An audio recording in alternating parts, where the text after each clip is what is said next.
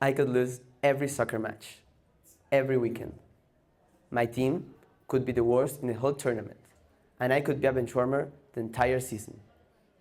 But you know what? Throughout the years, with some bumps along the road, soccer taught me that no matter how many times I lose, I am still a winner. And I want to explain you why.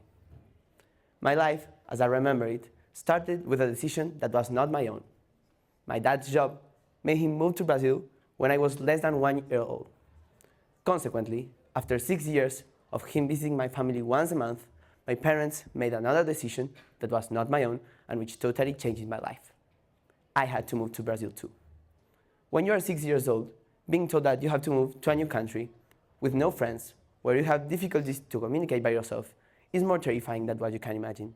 So when I started to school and noticed that everyone played soccer, I knew I had to start playing it too, because that was the only way to manage to make friends. However, not everyone could play in my JCC soccer team. You had to first impress the coaches before you got a chance to take part in the team. Luckily, I impressed the coaches, so I was able to play in the team. As you can imagine, being part of the team really helped me to adapt to the new country. First of all, how being chosen by the coaches increased my self-confidence. Secondly, how being part of the team helped me to connect with my teammates and to make good friends. And finally, how other people started looking at me as one member of the soccer team. After 2 years of enjoying being part of the team, hard trainings, difficult matches, getting to know new people, traveling with my teammates, we became the tournament champions. But my life could not continue without another decision that was not my own and which totally changed my life again.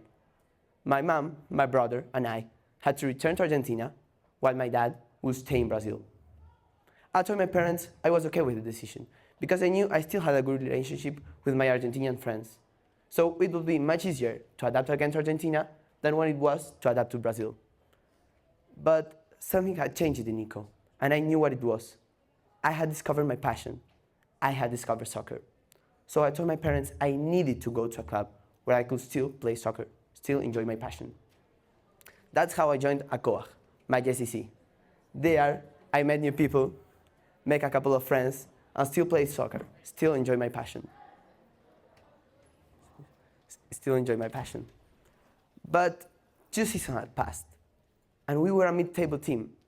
And even though this might not seem like a disaster, for the 10-year-old Nico that has been champion in his first year in Brazil, this was a disaster. So I started missing trainings, missing matches, and not enjoying what was my passion. So one afternoon, I had a talk with my dad, a talk I will never forget. I remember he was sitting in the sofa, looking at his phone, when I told him, "Dad, I want to leave the soccer team."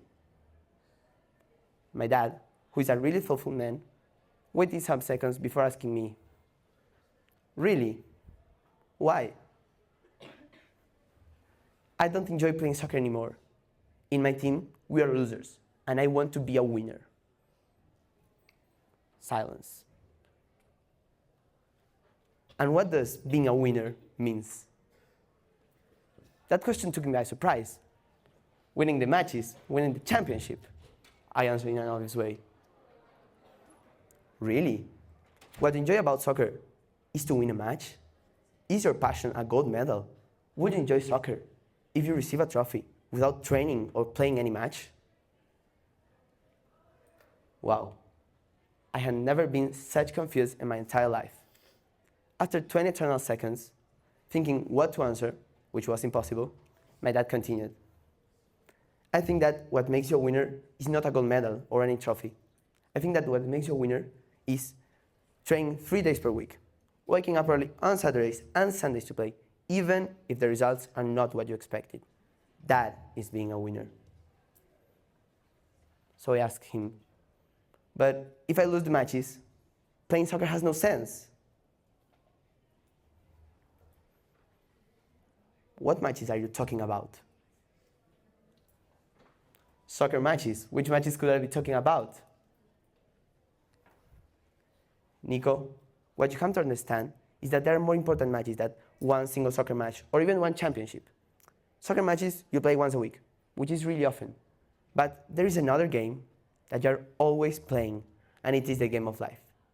This game is about improving and challenging yourself, looking for your best version. And that is the game you have to play, the match you have to win, the game of life. And how do I win in the game of life? Making the most of situations that seem to be negative. Imagine a soccer match that you lose for 5-0, but at the same time, you learn from your mistakes and you improve for the next match. So for the next match, you're a better version than what you were before. You're obviously losing that soccer match for 5-0, but you have now improved. You're a better version of you, so you're winning in the game of life. The game of life, the term which totally changed my mindset. I understood that I was already winning in the game of life. And if I also wanted to win a championship, or to win a gold medal, or to win a trophy, I had to win every week fights against myself, training harder and keeping improving. And because of this focus and this habit of training without missing any practice, through time, my character started changing. And not only related with the soccer world, but also with other dimensions of life. While sometimes I missed plans with my friends because I needed to train, I was learning the importance of sacrifice and commitment. When I was losing a match in the first half and I had to return to the soccer pitch, I was learning the importance of never giving up and always do my best to overcome bad situations.